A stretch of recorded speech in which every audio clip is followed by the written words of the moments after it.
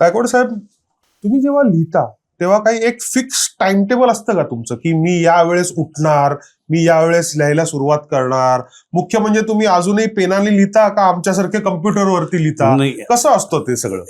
एक लक्षात ठेवा की माणूस जेव्हा अस्वस्थ होतो, एखाद्या साहित्य निर्मिती, माणसं जेव्हा अस्वस्थ होतात तेव्हा साहित्य निर्मिती होते. सुख समाधान तुम्ही एकदा तुमच्यात आलं तर तुम्हाला विचार काहीच येत नाही. आणि म्हणून मी कुठल्याही कादंबरी ज्या लिहिल्या तर किमान 1-2 वर्ष ती माझ्या डोक्यामध्ये फ्रेम तयार होते. आणि ती फ्रेम तयार झाल्यानंतर या विषयावर आपल्याला लिहिलं पाहिजे. आणि मग ती पात्र वगैरे ती लिखाण करताना आपाप येतात. आता मी ही सर्व झालं, आता शेवटी एक पुस्तक मी हातात घेतलंय, वयाच्या मानानं कंटाळतो, पण महिलांच्या शोषण सर्व जाती धर्मात कसं होतं यावर मी एक पुस्तक लिहितोय. सुगंध सासर वाशिन तिचं नाव.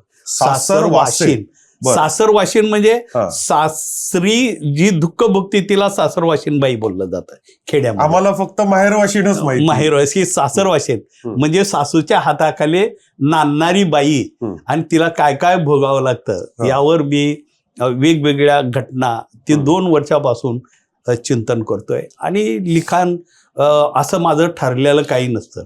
मी कधीही बसतो, लिहितो.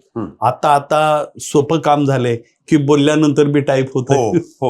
आणि म्हणून मी आता एक पॅड घेतलाय आणि त्याच्यामध्ये हे लिखाण करतोय कंटाळता. पण लिहिलं पाहिजे. लिहिताना गाता गळा आणि लिहिता हात वळा. अगदी खरंय. हे बहिणाबाईचं एक वाक्य आहे, ते मला वाटते ते पुढे गेलं पाहिजे.